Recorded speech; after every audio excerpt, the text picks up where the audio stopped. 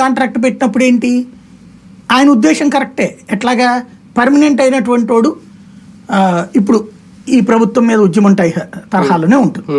నేను చెప్పినట్టే నాలుగు గవర్నమెంటు, నేను ఎందుకు కష్టపడాలి ఎక్కువ, నా బిడ్డల కోసం నేను కష్టపడతాను. ఇక్కడ ఈ స్కూల్లో ఒక 4-5 గంటలు పని చేస్తే మిగతాది నేను ప్రైవేట్కి వెళ్ళి అక్కడ 10 గంటలు పని చేసైనా సరే ఎక్కువ సంపాదించుకుని నా బిడ్డలు బాగాని కోరుకుంటాడు. కానీ తనను నమ్ముకున్న ఆ స్కూల్లో ఉన్నటువంటి వందలాది మంది బిడ్డల్ని తన బిడ్డల్లాగా చూడడం.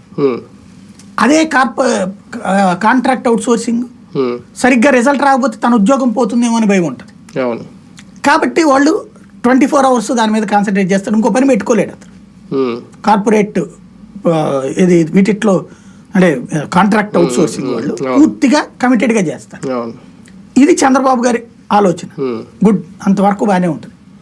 బట్ దానివల్ల ఏమైంది, ఎడ్యుకేషన్ ఆ కాలేజీలు స్కూళ్ళు వీటిలలో జాయినింగ్ సంఖ్య తగ్గిపోయింది. ఎందుకని, తగిన సదుపాయాలు. ఇప్పుడు కాంట్రాక్ట్ అవుట్ సోర్సింగ్ వాళ్ళకి రైట్ లేదు, పవర్ లేదు కదా. వాళ్ళు అంతకు మించి ఏం చేయగలుగుతారు, పాఠాలు చెప్పడం వరకే చేయగలుగుతారు. క్రమంగా ఆ వ్యవస్థ నిర్వీర్యం అయిపోయింది.